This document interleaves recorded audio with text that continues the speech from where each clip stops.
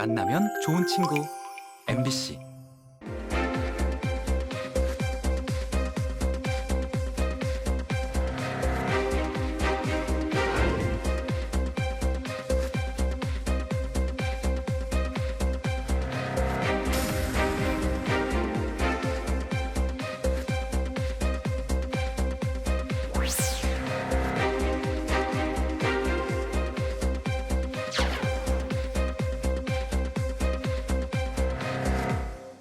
나이가 들면 뼈가 약해지면서 작은 충격에도 골절이 발생할 수 있습니다. 특히나 이 엉덩이뼈인 고관절에 문제가 생기면 여러모로 활동이 위축되면서 결국 치명적인 상황으로까지 이어질 수가 있습니다. 네, 그런데 이 고관절 건강은요, 노화 말고도 우리가 예상치 못한 여러 요인들로 인해서 빨간불이 켜질 수 있다고 하는데요. 오늘 TV 메디컬 약선 시간에 자세히 알아보겠습니다. 네, 오늘 도움 말씀 주실 뼈 건강 주치의 정형외 외과의 송석균 교수님이십니다.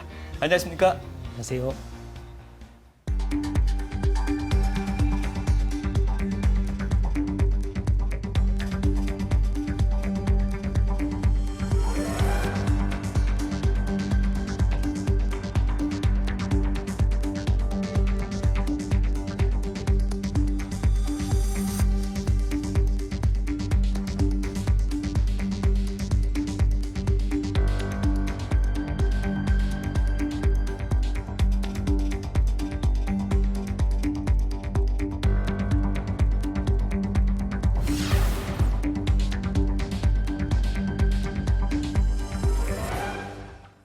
네, 엉덩이 관절이라고 불리는 고관절, 그리고 허벅지뼈인 대퇴골.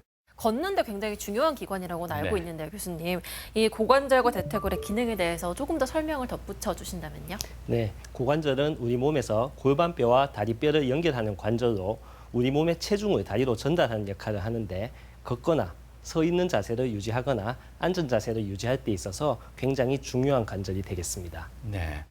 뭐 이 어떤 질환이건 예외가 있겠습니까만 특히 고관절 질환 같은 경우에는 조기 진단이 그렇게 중요하다고 하는데 어떤 이유에 있을까요? 네, 고관절 질환은 조기 진단을 받고 이제 적절한 치료를 하게 된다면 질병의 진행을 늦추고 병의 경과가 좋겠으며 수술과 같은 침습적인 치료를 피할 수 있기 때문에 조기 진단이 매우 중요합니다. 네, 조기 진단이 무엇보다 중요한 고관절 질환에 대해서 오늘 하나씩 살펴보도록 하겠습니다. 먼저 이야기 나눌 고관절 질환 중 대퇴골드 골괴사, 굉장히 생소하고 낯선 네. 병명인데요, 교수님. 어떤 질환인지부터 설명 부탁드릴게요. 네, 대퇴골두 골괴사란 대퇴골두로 가는 혈액 공급의 장애로 괴사가 발생하는 질환인데 이때 괴사는 뼈 세포가 죽었다는 의미지 썩는 것과는 다른 개념이 되겠습니다. 질병이 진행됨에 따라서 괴사된 뼈의 기계적 강도가 약화되고 이는 함몰로 이어지겠으며 최종적으로 2차성 관절염을 초래하게 됩니다. 네, 대퇴부라는 곳이 워낙 역할적으로 많은 일들을 하고 있기 때문에 그게 함몰된다, 내지는 관절염을 발생시킬 수 있다고 하니 제가 좀 관심 있게 지켜봐야 될 것만 같은데 첫째 이 대퇴골두 골괴사라는 게 저희가 어떤 증상을 통해서 의심해 볼 수가 있을까요? 대퇴골두 골괴사 환자에서는 전형적으로 사타구니 부위에 통증을 느끼게 되며 특히 발을 디딜 때라든지 앉았다가 일어설 때 통증을 심하게 느낍니다. 또한 양반다리를 취하기가 어려워지고 병변이 진행되어 골절이 발생하는 경우에는 통증이 굉장히 악화되는 것이 특징이 되겠습니다. 네. 그런데 보통 뼈 건강 같은 경우에는 나이가 들수록 좀 챙기게 되는데 이 대퇴골드 골괴사 같은 경우는 오히려 젊은 연령대에서 또 더 조심해야 된다고 하더라고요. 사실입니까? 대퇴골두 골괴사는 보통 50세 미만의 젊은 연령에서 발병하게 되며 50% 이상에서 양측을 침범하게 됩니다. 대퇴골두 골괴사의 발병 요인은 다양하게 있겠는데 크게는 외상성 원인과 비외상성 원인으로 나눌 수가 있습니다. 외상성 원인은 대퇴경부의 전이골절이나 고관절 탈구 시에 주요 혈관이 손상됨으로써 골괴사가 유발되게 됩니다. 다음 그림은 대퇴골두의 혈액을 공급하는 경로가 되겠습니다. 대퇴골두의 혈액을 공급하는 주요 혈관들은 다음 그림과 같은데 이 중에서 내측 대퇴회선동맥의 가지인 외측 지대동맥이 이제 대퇴골두에 혈액의 대부분을 공급하고 있기 때문에 이 혈관이 손상이 된다면 대퇴골두 골괴사가 초래되게 되겠습니다. 네. 방금 설명하신 이 질환이 우리나라가 발생률이 타국에 비해서 좀 높다는 설문조사가 있었던 것 같습니다. 특별한 이유가 있습니까?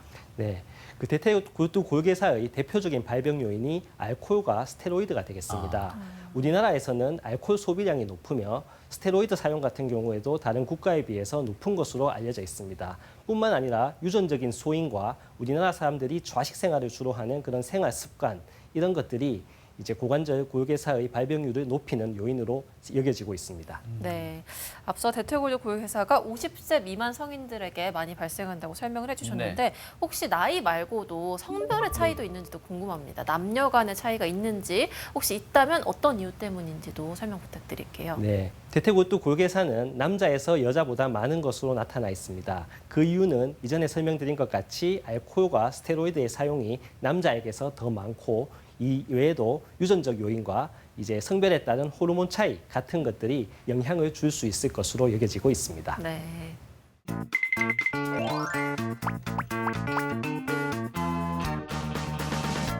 척추와 더불어 신체를 지탱해주는 유일한 인체의 기둥, 그렇습니다. 바로 고관절입니다. 행복한 노년을 위해서는 고관절 건강이 선택이 아니라 바로 필수가 되었는데요. 교수님, 실제로 고관절 통증 때문에 병원을 찾아오시는 분들이 많은가요? 네, 고관절은 체중부하 관절이기 때문에 고관절 통증으로 내원하시는 분들이 많습니다. 그래서요, 시민분들은 고관절 건강을 어떻게 생각하고 있는지 우리가 만나봤거든요. 화면을 한번 만나보시죠. 고관절이 아프면은 제대로 못 걷는 걸 알고 있어요. 엉덩이 쪽에 통증이 있으면 고관절 질환을 의심해야 된다고 들었어요. 네, 골반이 아프고 찌릿찌릿하고 저리다고 알고 있어요. 제 아시는 분이 고관절 때문에 앉을 때나 운전할 때나 아프다고 하시더라고요. 제가 아는 어르신분은 바닥에 안 앉으시고 의자에 앉으려고 하시더라고요. 저는 필라테스를 매일 하고 있어요. 고관절에 또 술은 안 좋다고 해서 안 마시려고 노력하고 있어요. 저는요, 웬만하면요, 땅에 안 앉고, 의자에 앉고, 소파에 앉고, 그래 관리 잘합니다. 네, 저는 앉을 때, 꼬아서 앉는 거 안 하고, 매일 스트레칭을 하고 있어요. 교수님, 장거리 운전을 하면 오른쪽 고관절 부위에 통증이 온다는데 사실인가요? 네, 사실입니다. 장거리 운전은 한 자세로 오랜 기간 동안 한 자세를 유지하고 있기 때문에 고관절 통증을 유발할 수 있습니다. 좌석의 위치가 신체 구조와 맞지 않거나 적절한 자세로 운전하지 않게 된다면 오른쪽 고관절에 특히 문제가 발생할 수 있습니다. 따라서 장거리 운전을 하실 때에는 중간중간 쉬어가거나 적절한 자세를 유지하는 것이 중요하겠습니다. 적절한 자세에 대해 말씀드리면 엉덩이를 좌석 깊숙이 넣고 허벅지 전체로 앉는다는 느낌으로 앉아서 운전하시는 것이 도움이 되겠습니다.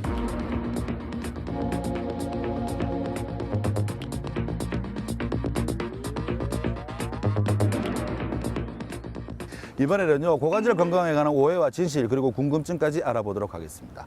교수님, 그 원인을 알 수 없는 허리 통증을 호소하는 분들이 굉장히 많습니다. 바른 자세를 유지하기도 했고, 뭐 평소에 그렇게 특히 뭐 무거운 물건을 들지도 않았는데, 근데 대부분의 그런 분들이 혹시 고관절의 문제가 아니냐 이렇게 의심하는 분들도 있거든요. 고관절, 척추 이게 좀 통증이 좀 연관성이 있을까요? 네, 있습니다. 허리 통증으로 종종 내원하시는 분들이 있는데요. 이제 고관절 질환 같은 경우에는 고관절 주변의 통증으로 인해서 주변 근육에 영향을 미치게 됩니다. 대표적인 부위가 바로 허리 근육인데요. 그렇기 때문에 허리 통증이 발생할 수가 있습니다. 고관절 질환인 경우에는 허리뿐만 아니라 엉치에도 통증이 있을 수 있고 사타구니 통증, 그리고 특히 고관절을 움직일 때 통증이 심해지는 특징이 있겠습니다.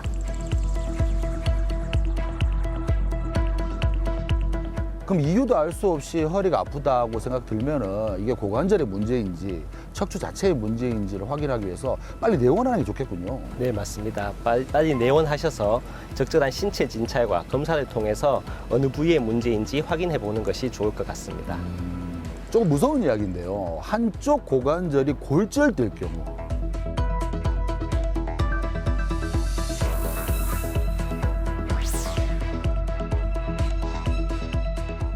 야, 이 통증은 상상만 해도 좀 무섭습니다. 그런데 이런 이야기가 있습니다. 한쪽 고관절이 골절될 경우 다른 쪽에 반대쪽에 있는 고관절도 골절될 가능성이 굉장히 높아진다고 하던데 이건 말이 안 되잖아요. 한쪽이 뭐 좀 문제가 있다 해서 다른 쪽까지 문제가 있다? 선생님 어떻게 생각하시는지? 네, 고관절 골절은 대표적인 골다공증성 골절입니다.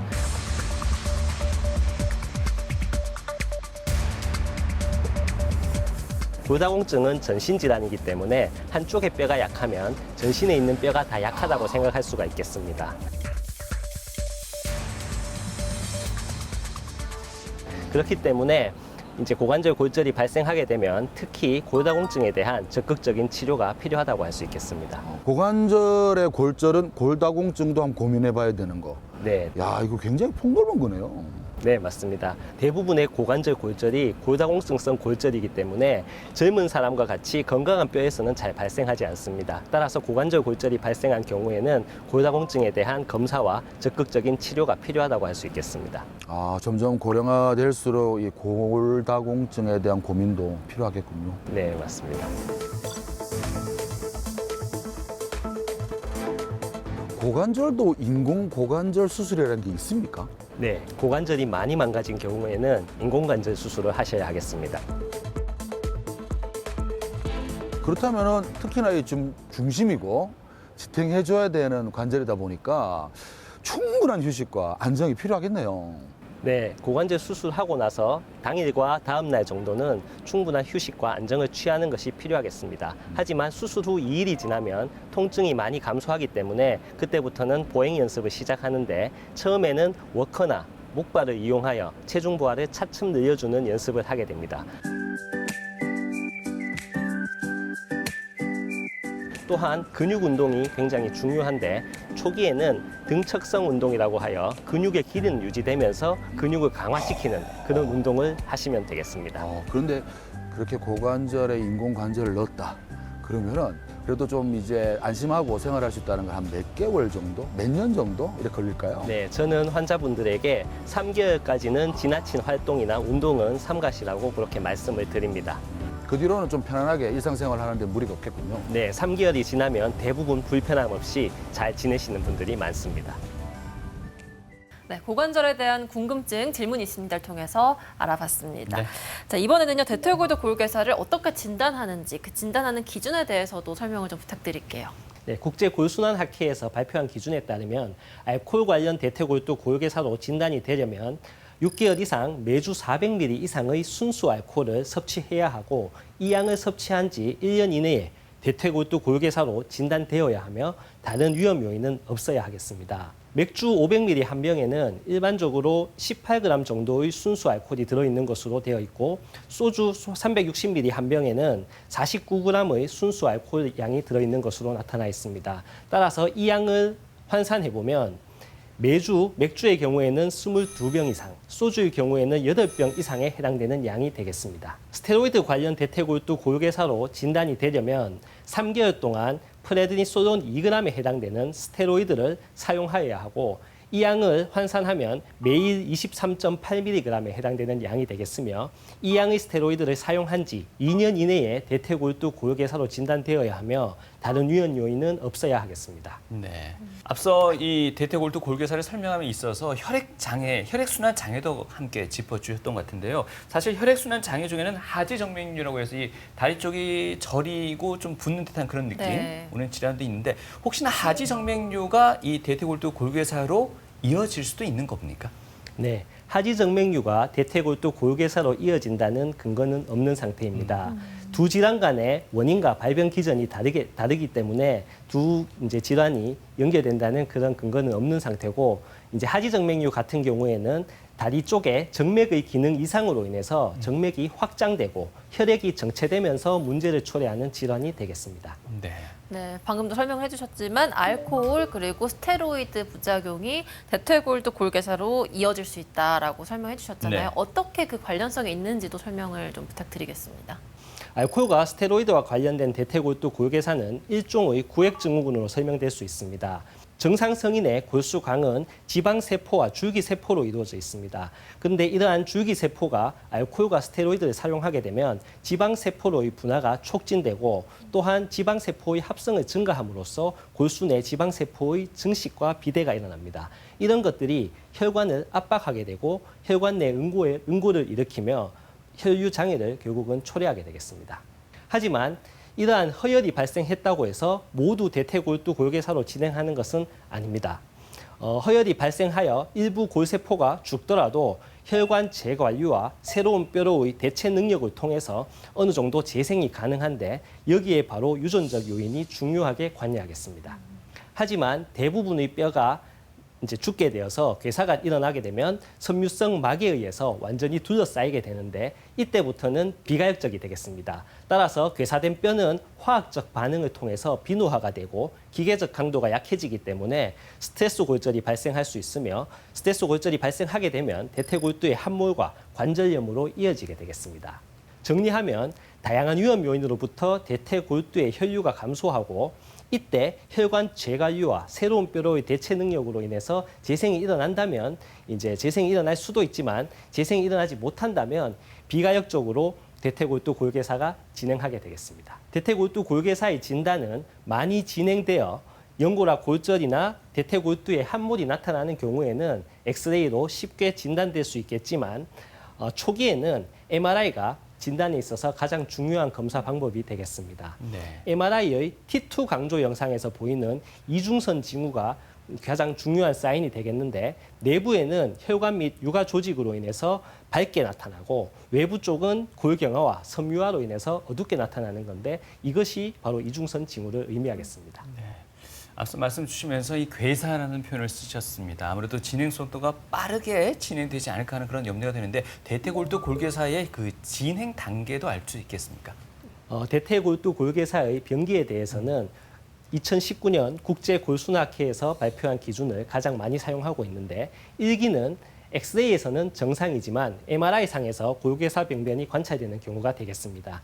2기는 엑스레이에서 골경화와 낭종 등의 변화가 관찰되는 경우가 되겠고 3기는 연골화 골절이 관찰되는 경우인데 이때 함몰이 일어나는 기준에 따라서 2mm를 기준으로 2mm 이내는 A, 2mm 이상은 B가 되겠습니다. 4기는 골관절염이 발생하고 고관절의 변형까지 나타나는 경우가 되겠습니다. 몬트 선생님께서 대퇴골두 골괴사의 자연 경과에 대해서 발표해 주셨는데 664대의 대퇴골두 골괴사 환자에서 59%에 해당되는 394대에서 3년 내에 증상이 진행하거나 함몰로 진행하였습니다. 이때 크기가 작고 내측에 위치한 병변은 진행 위험이 10% 미만이었고 중간 크기의 병변은 약 25%의 진행 위험, 큰 병변의 경우에는 진행 위험이 무려 84%로 나타났습니다. 대퇴골두 골괴사의 진행과 함몰 위험도를 예측하는 데 있어서는 괴사 병변의 크기와 위치가 중요하겠습니다. 대표적인 분류 방법이 바로 스테인버그 분류와 JRC 분류가 되겠습니다. 각각에 대해서 살펴보면 스테인버그 분류는 관절면의 침범 정도에 따라서 15% 미만은 작은 병변, 15에서 30%는 중간 병변, 30% 이상은 큰 병변으로 분류하였습니다.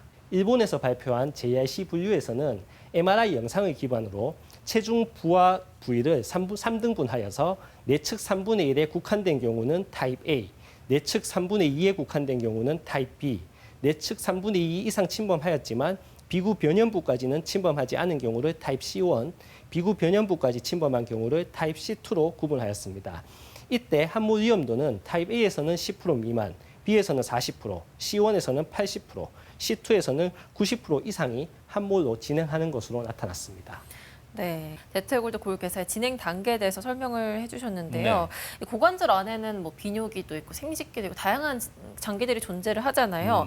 근데 이런 대퇴골두 골괴사가 이루어졌을 때 이런 주변 장기에도 좀 악영향을 미치지 않을까 하는 우려도 있거든요. 어떻습니까? 대퇴골두 골괴사는 주로 고관절에 영향을 주어 관절염을 일으키고 심할 경우에는 골절까지 발생시킬 수 있는 것으로 나타나 있습니다. 또한 고관절 주변에 있는 근육이나 인대 등의 연부 조직에도 영향을 줄 수가 있습니다. 하지만 그런 주변의 장기에는 영향을 미친다는 근거는 아직 부족합니다. 네. 어떻습니까? 골괴사라는 부분은 목뼈, 어깨뼈, 뭐 허리뼈 여러 곳에서도 발생할 수 있지 않을까 싶은데 대퇴부에서만 특히나 이제 골괴사가 더 많이 발생하는 건가요?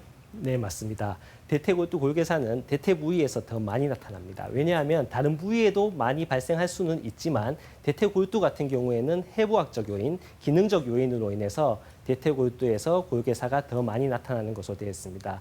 다시 말씀드리면 이제 대퇴골두 같은 경우에는 혈액 공급에 제한이 있으면서 이제 체중 부하가 걸리는 관절이기 때문에 그 부위에 부하가 많이 걸림으로써 대퇴골두 골괴사가 많이 발생하게 되겠습니다. 네.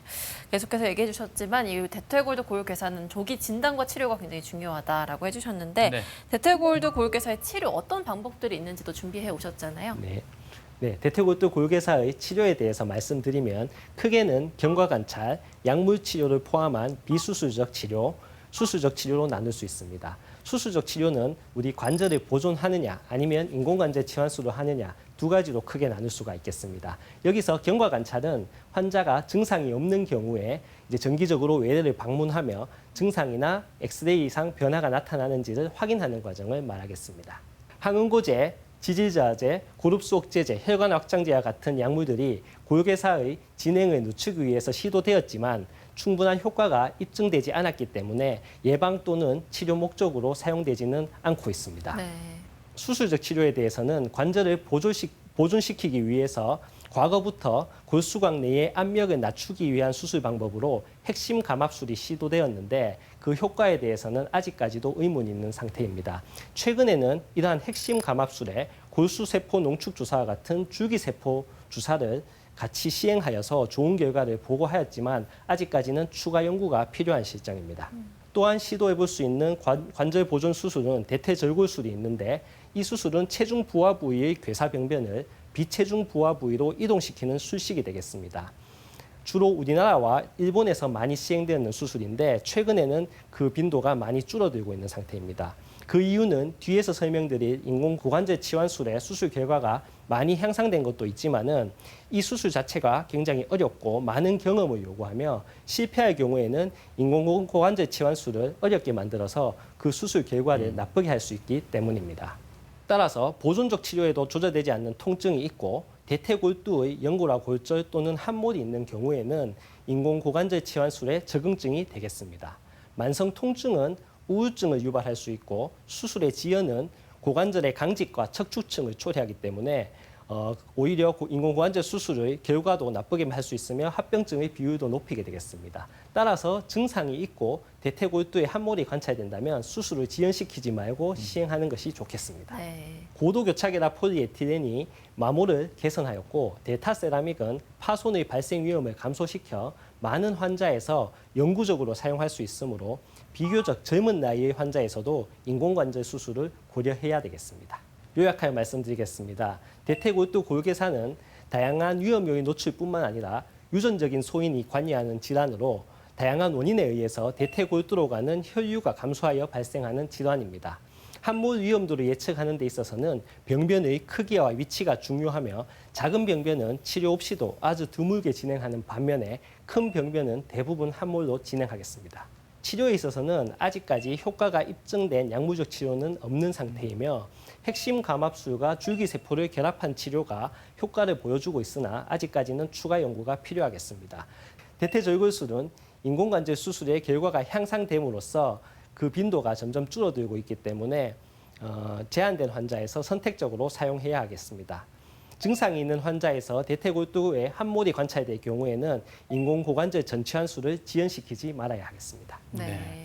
대퇴골두 골괴사 상당히 진행된 경우에는 말씀하셨던 수술적 치료를 피할 수 없을 것 같은데요. 수술 후에 일상 복귀하는 데까지는 시간이 얼마나 걸릴 걸로 보입니까? 네, 수술을 받고 나면 한 이틀간은 통증이 심하기 때문에 예. 그대로 편안한 휴식을 취하도록 그렇게 합니다. 이틀이 지나고 나서부터는 환자의 통증이 많이 좋아져서 목발이나 보행기를 가지고 걷는 연습을 시작하게 되는데 차츰차츰 체중 부하를 늘리게 됩니다. 저는 6주까지는 환자에게 목발 또는 지팡이를 사용할 것을 권고하고 있고 6개월 이후에 일상생활로 복귀하라고 말씀을 드리고 있습니다. 또한 스포츠 활동에 관해서는 3개월째부터 시작하라고 말씀드립니다.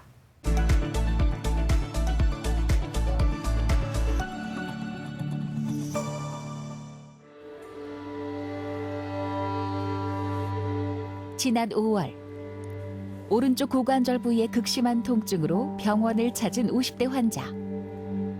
시간이 지나면 나아질 거라는 예상과는 달리 통증의 그림자는 점점 더 그녀의 일상을 덮쳐왔다. 허리 요 고관절 쪽 허리 요 통증이 완전 칼로 도려낸 듯이 아팠습니다. 걸을 때는 한두 걸음 가면은 쉬어야 되고 너무 아팠고요. 잘 찌개는 누워서 못 자고 이제 앉아가 자는데 그게 너무 불편했습니다. 수술한 지 한 달 정도 됐고 3주 만에 오셨는데 좀 어떠세요? 좀 조심스러워요. 아직까지는 뭐 눕는 것도 그렇고 이리 엎드리는 것도 그렇고 쌤이 하도 조심을 시키셔가지고. 환자분의 진단명은 대퇴골두 골괴사이고요.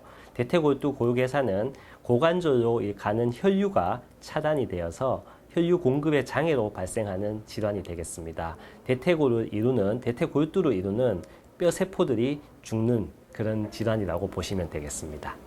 대퇴골두 골괴사의 다양한 원인 중에 스테로이드가 중요한 위험인자로 알려져 있는데요. 환자분의 경우와 같이 스테로이드를 많이 사용하신 분들 같은 경우에는 이제 대퇴골두에 지방세포가 비대가 일어나고 지방세포의 수가 늘어나게 됩니다. 게다가 수가 같은 경우에도 이제 고관절을 이루는 세포들을 지방 쪽으로 분할을 시키면서 혈류 공급을 막게 됩니다. 술을 많이 드시는 분들도 대퇴골두 골괴사가 발생할 수 있겠습니다. 따라서 그 혈류에 압박이 가해지면서 고관절로 가해지는 혈류에 장애가 생길 수 있습니다. 따라서 대퇴골두를 이루는 골세포가 죽게 되고 그런 것들이 진행하게 되면 이 뼈가 내려앉고 골절이 발생하여 결국에는 수술을 필요로 하게 됩니다. 인체의 전체적인 기둥 역할을 하는 고관절 건강이 무너질 경우 기본적인 보행은 물론 일상생활 전반에 제동이 걸려 많은 불편을 초래할 수 있다. 때문에 고관절의 이상 신호를 조기에 발견해 적절한 치료를 받는 것이 중요하다. 아프진 않죠? 괜찮으시죠? 오른쪽 고관절 부위의 인공관절 수술 후 약 한 달의 시간이 지난 지금 환자의 상태는 어떨까? 환자분은 한 달 전에 수술을 시행하였고 인공 고관절 지환술을 시행하였습니다. 수술 후 한 달 만에 내원하셨을 때 엑스레이상으로는 이전과 비슷하게 잘 유지되고 있고 환자분은 현재 근력도 많이 회복된 상태시고 현재는 지팡이를 이용하여 보행을 하고 계신데 저희 6주가 지나면 지팡이를 떼고 자연스럽게 보행을 하실 수가 있습니다. 그래서 현재는 이제 차츰 운동 강도를 높여서 일상생활의 복귀를 기대하고 있습니다. 인공관절 수술은 다양한 접근법으로 수술을 하게 되는데 저와 같은 경우에는 가측 접근법을 사용하고 있습니다. 따라서 인공관절 수술 후에 가측에 있는 근육을 회복시키는 것이 굉장히 중요하겠습니다. 따라서 저 같은 경우에는 외전근 강화 운동을 환자분들에게 많이 시키고 있습니다. 외전근 강화 운동은 다리에 밴드를 걸고 옆으로 벌리는 운동을 한다든지 아니면 침대에 옆으로 돌아 누워서 다리를 들어 올리는 운동을 한다든지 아니면 스쿼트 운동 같은 거를 한 3분의 1 정도만 내려가듯이 그렇게 운동을 하는 것이 도움이 되겠습니다.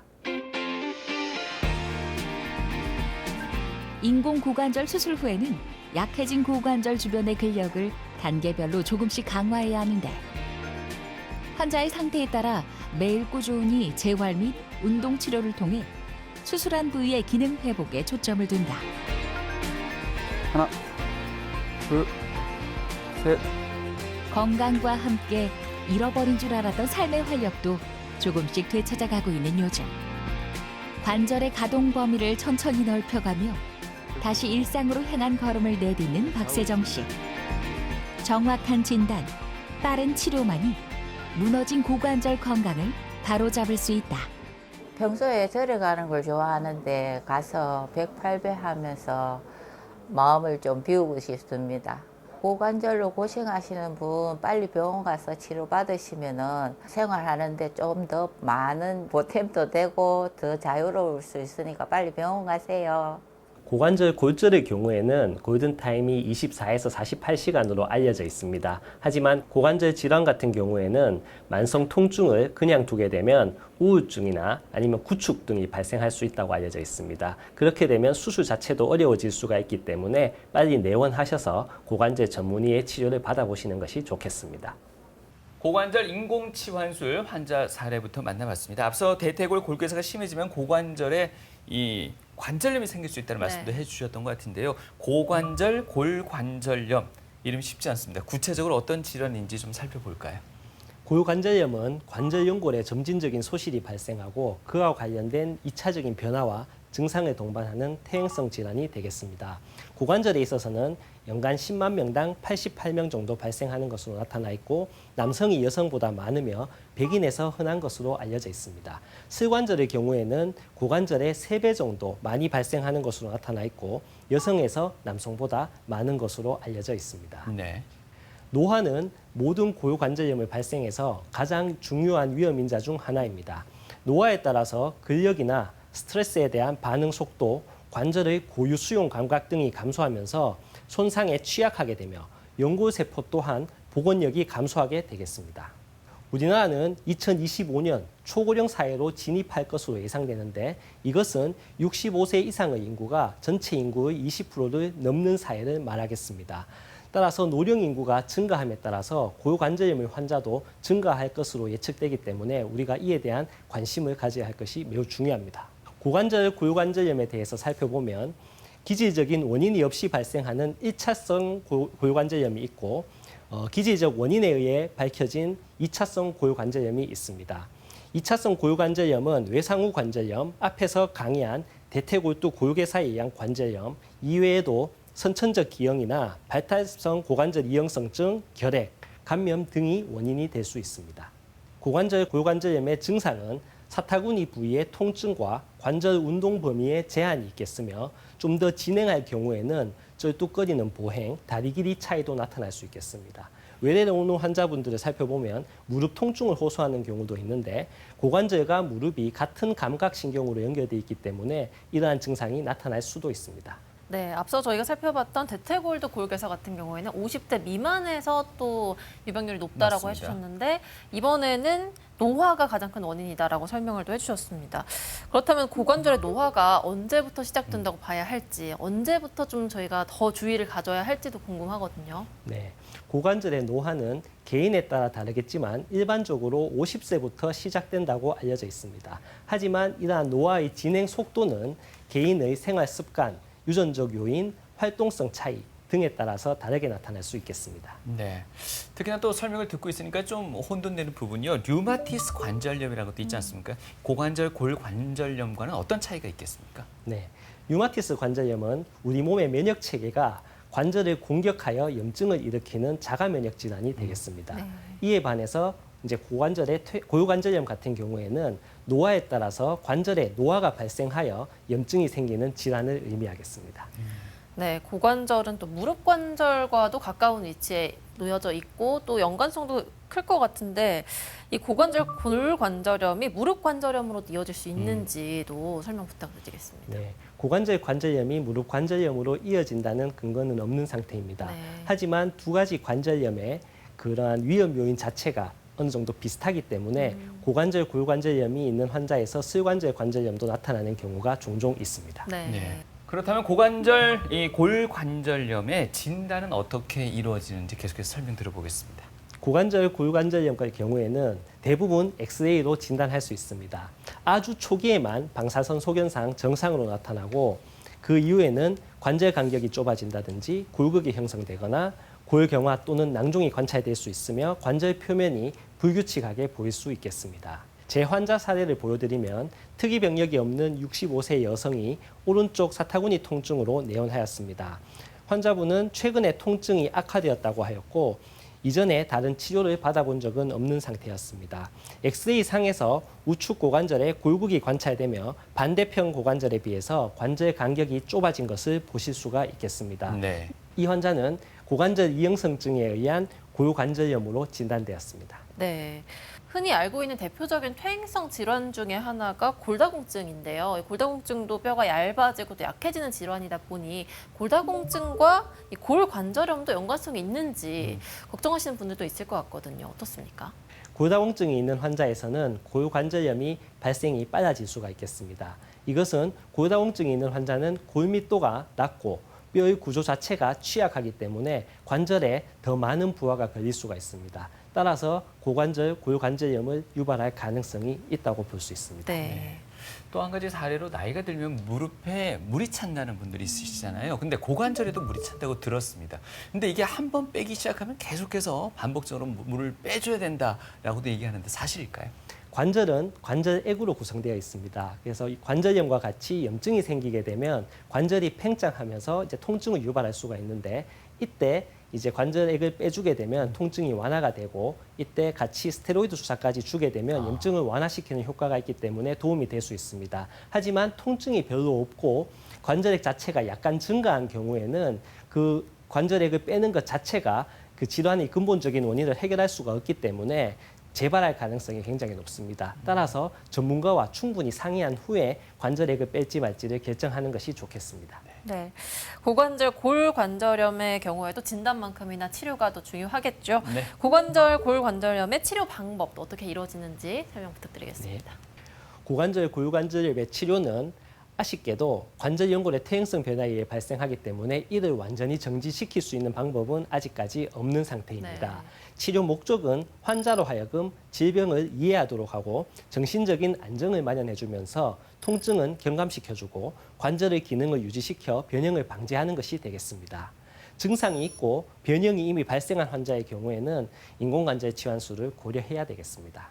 비약물적 치료와 약물적 치료, 수술적 치료로 나눌 수가 있겠는데 약물적 치료는 경구약제와 관절 내 주사로 나눌 수 있겠으며 수술적 치료는 앞서 설명드린 인공관절 전치환술이 되겠습니다. 네. 비약물적 치료는 환자 교육, 체중 감량, 운동으로 나눌 수가 있는데 환자 교육은 골관절염의 진행과 자가관리 방법에 대해서 환자에게 정보를 제공해주고 환자에게 긍정적인 기대감을 조성해주는 것을 목표로 하겠습니다.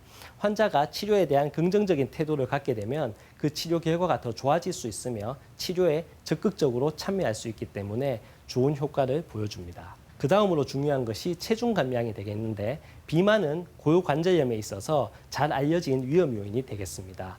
체중을 감소시킴을 통해서 우리가 체중 부하를 줄여줌으로 증상 및 염증을 감소시킬 수가 있는데 BMI가 25를 넘는 환자에서 특히 효과가 좋다고 알려져 있습니다. 당연하게도 체중을 줄인 채로 유지하는 것이 굉장히 중요하다고 할 수 있겠습니다. 걷기, 자전거 타기, 수중 운동과 같은 유산소 운동이 환자들에게 굉장히 중요한데 이러한 운동을 지속적으로 하도록 교육해야 합니다. 하루 30분 이상 주 3회 이상 시행하는 것이 효과가 좋다고 알려져 있으며 고관절에 초점을 맞춘 대퇴사두근, 햄스트링, 고관절 외전근, 코어 근육의 근력 강화 운동을 같이 시행하는 것이 좋겠습니다. 운동에 대해서 살펴보면 3분의 1 스쿼트, 런지, 플랭크, 고양이 개 운동이라고 불리는 운동들이 골관절염 환자에서 통증과 기능 개선에 있어서 효과적인 것으로 확인이 되었습니다. 약물적 치료에 대해서는 아세트아미노펜, 비스테로이드성 항염증제, 오피오이드와 같은 경구약제와 관절 내 주사가 있는데 대표적인 것이 스테로이드가 되겠습니다. 약물적 치료에 대해서 하나씩 살펴보면 아세트아미노펜은 오래전부터 골관절염의 치료에 사용되어 왔던 약물입니다. 경도에서 중등도 통증에 대한 1차 진통제로 사용되며 부작용이 적어서 상대적으로 안전한 약물로 고려되고 있으나 과량을 복용 시에는 간 독성을 일으킬 수 있기 때문에 하루 4g 미만으로 사용할 것을 권고하고 있습니다. 하지만 항염 효과가 거의 없기 때문에 뒤에 말씀드릴 비스테로이드성 항염증제에 비해서는 효과가 떨어지는 것으로 나타나 있습니다. NSAID라 불리는 비스테로이드성 항염증제에 대해 말씀드리면 우리가 골관절염 환자에서 가장 많이 사용되고 있는 약제가 되겠습니다. 항염 또는 진통 효과가 있어서 효과는 아주 뛰어나지만 사용하는 환자에서 최대 30%까지 부작용이 발생할 수 있다고 알려져 있습니다. 특히 위장관 또는 심혈관 합병증이 문제가 될 수 있는데 이러한 것 때문에 가급적이면 적은 용량으로 짧은 기간 동안 사용할 것을 공고하고 있습니다. 또한 이러한 부작용에 대해서는 주의 깊은 교육과 모니터링이 필요하겠습니다. 오피오이드는 약한 오피오이드인 트라마돌을 많이 사용하는데 엔세이드가 금기인 경우 또는 효과가 부족한 경우에 단독 또는 혼합하여 사용할 수 있겠습니다. 하지만 메스꺼움과 두통과 같은 부작용이 나타날 수 있기 때문에 주의하셔야 하겠습니다. 스테로이드 관절염의 주사는 골관절염 환자에서 급성 통증에서 단기간 효과가 아주 뛰어난 것으로 나타나 있는데 고관절은 깊은 곳에 위치하기 때문에 초음파를 사용하여 주사하는 것이 권고되고 있습니다. 주사를 1년에 4회 이상 맞게 되면 연골 소실을 가속화한다는 보고가 있기 때문에 주사 간에 최소한 3개월 간격을 두거나 1년에 4회 이상은 맞지 않도록 하는 것이 좋겠습니다. 다음은 골관절염 환자에서 초음파를 이용하여 스테로이드 주사를 하는 모습인데 초음파를 이용하게 되면 방사선에 노출이 없고 도플러 모드를 이용하면 혈관의 위치까지 확인할 수 있어서 굉장히 안전한 장점이 있겠습니다. 앞에서 말씀드린 사례로 다시 돌아가 보면 65세 여성 환자에서 저는 1차적인 치료로 운동과 체중 감량의 비약물적 치료를 시작하였고 통증에 대해서는 엔세이드를 이용하여 조절하였습니다. 또한 환자가 갑자기 통증이 악화되었기 때문에 한 차례 스테로이드 관절염 주사를 시행하였고 환자는 통증이 완화된 상태로 수술적 치료 없이 경과 관찰하고 있는 상태입니다. 요약하여 말씀드리면 노령 인구의 증가에 따라서 고관절, 골관절염 환자는 급증하고 있습니다. 치료는 비약물적 치료, 약물 치료, 수술이 있겠으며 비약물적 치료는 환자 교육과 체중 감량, 유산소 운동과 근력 운동을 포함한 운동이 중요하겠습니다. 약제 사용에 있어서는 환자 개개인에 따라서 전문가와 상의하여 적절한 약제를 사용해야 하겠고 급성 통증이 있을 경우에는 스테로이드 관절내 주사를 적절하게 병행한다면 치료에 있어서 굉장히 효과적인 치료가 될 수 있겠습니다. 저희가 흔히 뼈 건강 챙기려고 비타민 D를 좀 섭취하곤 하잖아요. 네. 혹시 이런 것들이 골관절염 예방에도 도움이 되는지도 궁금합니다. 네, 비타민 D가 골다공증에는 굉장히 효과가 좋다는 것은 매우 잘 알려진 사실입니다. 하지만 골관절염에 있어서는 비타민 D의 효과가 아직까지 근거는 부족한 실정이지만 몇몇 연구에서는 그 효과가 좋다고 그렇게 보여주기도 하였습니다. 이는 앞서 설명드렸듯이 비타민 D가 골다공증 치료에 있어서 도움이 되기 때문에 이러한 것들이 골관절염의 예방에도 어느 정도 효과적이지 않을까 생각하게 됩니다. 네. 앞서 설명하실 때 인공고관절 치환술 있잖아요. 이 또한 또 뭐 손상이 발생하거나 또는 또 노화가 이어지거나 할 경우에도 재수술이 일어나지 않을까 하는 생각이 드는데 어떻습니까? 앞서 말씀드렸듯이 인공고관절 전치환술의 결과가 너무나도 향상되어 현재 이제 30년, 40년 생존율이 한 90% 이상 될 것으로 나타나 있습니다. 예. 네. 그래도 아직까지 합병증으로 저희가 해결하지 못한 합병증이 감염 또는 탈구인데 이제 감염의 경우에는 환자의 전신 상태가 좋지 않다든지 이런 경우에 혈류를 타고 균이 인공관절에 붙는 경우를 말하겠고 탈구의 경우에는 저희가 잘 빠지는 자세가 있습니다. 그런 자세를 수술 후 급성기라든지 그런 경우에는 저희가 취하지 않도록 환자에게 교육을 하고 있습니다. 네, 신경 써야 될 부분이 많을 것 같습니다. 수술 후에 특별히 좀 더 주의해야 될 점들은 어떤 게 있겠습니까? 네, 수술 후에 상처가 완전히 낫지 않은 상태에서 목욕을 한다든지 상처 부위에 물이 들어가는 것은 주의를 해야 되겠습니다. 또한 고관절을 많이 굴곡하고 내회전시키는 동작 자체가 탈구를 유발할 수 있기 때문에 조심해야 하겠고 스스로 양말을 신는 동작이라든지 바닥에 떨어진 물건을 줍는다든지 쪼그리고 앉는 동작 같은 경우에는 서서히 시작하는 것이 좋겠습니다.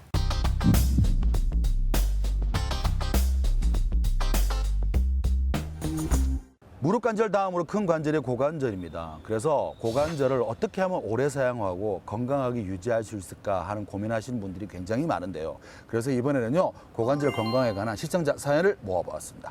교수님, 여름을 맞아 주말마다 스쿠버 다이빙을 즐기는 30대 남성의 사연입니다. 이분은 굉장히 즐거운 취미생활을 즐기고 있는데요.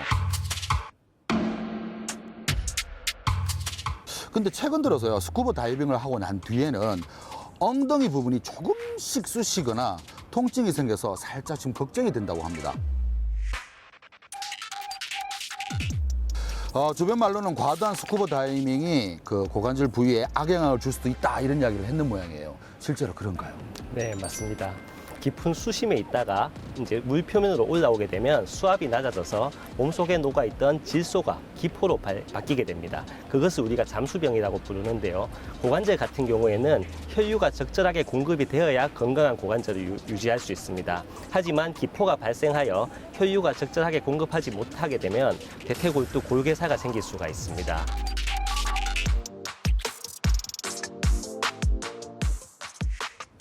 따라서 스쿠버 다이빙을 즐기실 때에는 중간중간에 올라와서 휴식을 취하는 것이 좋겠고, 수면으로 올라올 때는 서서히 올라오시는 것이 잠수병을 예방하는 좋은 방법이 되겠습니다. 무조건 과한 건 안 되는 거군요. 너무 욕심내어서 물속에 오래 있다든가 급하게 또 수면으로 올라온다든가 이런 거 좀 자제하고 여유롭게 스쿠버 다이빙을 즐기라, 이렇게 말씀드리고 싶군요. 그렇군요. 이번 사연은요, 2년 전 고관절 수술을 한 60대 여성의 사연입니다. 현재 재활 치료를 하면서 계속해서 꾸준히 관리를 잘하고 있다고 해요. 그런데 몸이 점점 좋아지다 보니까 골프도 한번 배워보고 싶고 뭐 다른 운동도 좀 하고 싶고 하는 욕심이 생기는 모양입니다. 고관절 수술 후에 골프와 같은 운동 해도 됩니까? 이렇게 좀 사연이 왔습니다. 선생님, 해도 됩니까? 네, 하실 수 있습니다. 네, 인공관절 수술 후에는 3개월까지는 지나친 운동을 삼가시는 게 좋기 때문에 저는 환자분들에게 3개월이 지나서 골프를 시작하라고 말씀드립니다. 하지만 그 골프 같은 운동하기 전에 먼저 의사 선생님하고 상의하는 게 낫지 않을까요? 네, 맞습니다. 주의하실 점이 있는데, 단 인공관절을 충돌되는 동작을 피하셔야 하겠습니다.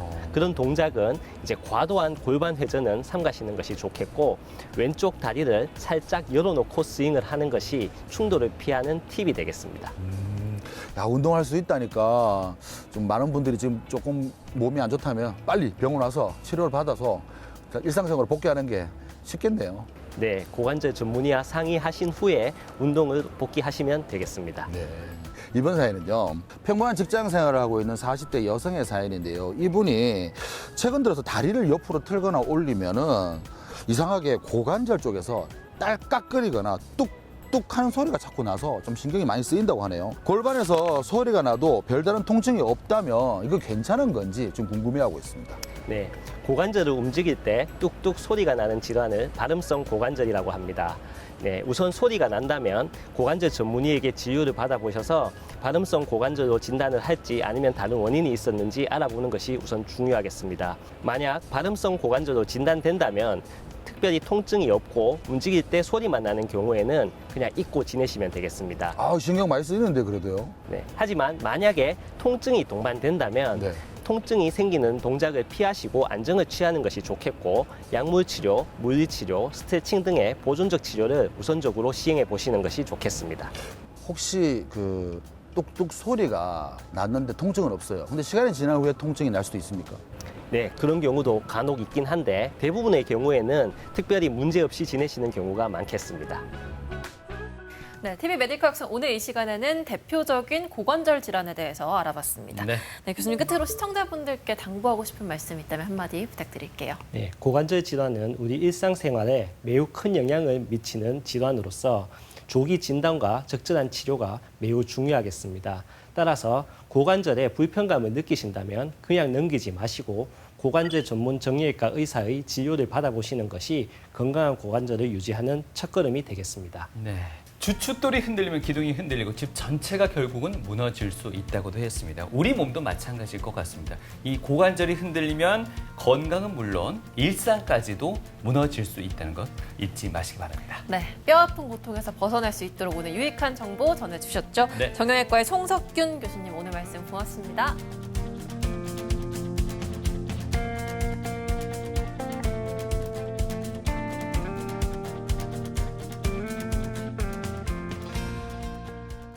저희는 골절 환자를 많이 보기 때문에 이제 높은 곳에서 추락했는 환자 또는 오토바이 환자 이런 환자들이 많이 다쳐서 오십니다. 6개월 전에 오토바이 사고로 이제 생계와 관련돼서 오토바이 운전을 하다가 사고가 나서 저희 응급실을 통해서 내원하셨던 분이십니다. 그분을 수술하고 나서 수술이 잘 돼서 이제 잘 퇴원을 하셨고, 얼마 전에 외래로 내원하셨는데 너무 건강한 모습으로 멀쩡한 모습으로 내원하셔서 그런 환자분이 외래의 건강해진 모습으로 돌아올 때 참 보람을 느끼고 있습니다. 두 가지가 있습니다. 첫 번째는 현재는 골절에 대한 치료로는 저희가 임플란트를 사용해서 고정하는 수술을 하는데 그것만으로 사실 뼈를 붙이지는 못합니다. 우리 몸에서 뼈를 만들어내야 되기 때문에 골절이 이제 유합되는 것을 돕는다 뿐이지 실제로 뼈를 붙이지는 못하는데 우리가 본드와 같이 뼈를 붙일 수 있는 그런 것이 나온다면 참 좋을 것 같고요. 두 번째는 근감소증이 최근에 들어서 각광받고 있는데 이제 근육이 부족해지는 현상이 굉장히 환자들에게 나쁜 영향을 끼친다고 알려져 있습니다. 하지만 아쉽게도 현재까지는 근감소증에 대한 치료제가 개발되어 있지 못합니다. 따라서 그 치료제를 개발을 위해서 한번 연구를 해보고 싶습니다. 현재 고관절 질환에 대해서는 치료법으로 인공관절과 같은 아주 우수한 치료법이 밝혀져 있습니다. 그리고 현재 그 치료법의 결과가 너무나도 좋습니다. 따라서 아프신 분들은 억지로 참지 마시고 병원에 내원하셔서 이제 고관절 전문의의 진료를 잘 받고 적절한 치료를 받는다면 아무 문제 없이 생활하실 수가 있기 때문에 용기를 가지시고 병원으로 내원해 주셨으면 좋겠습니다.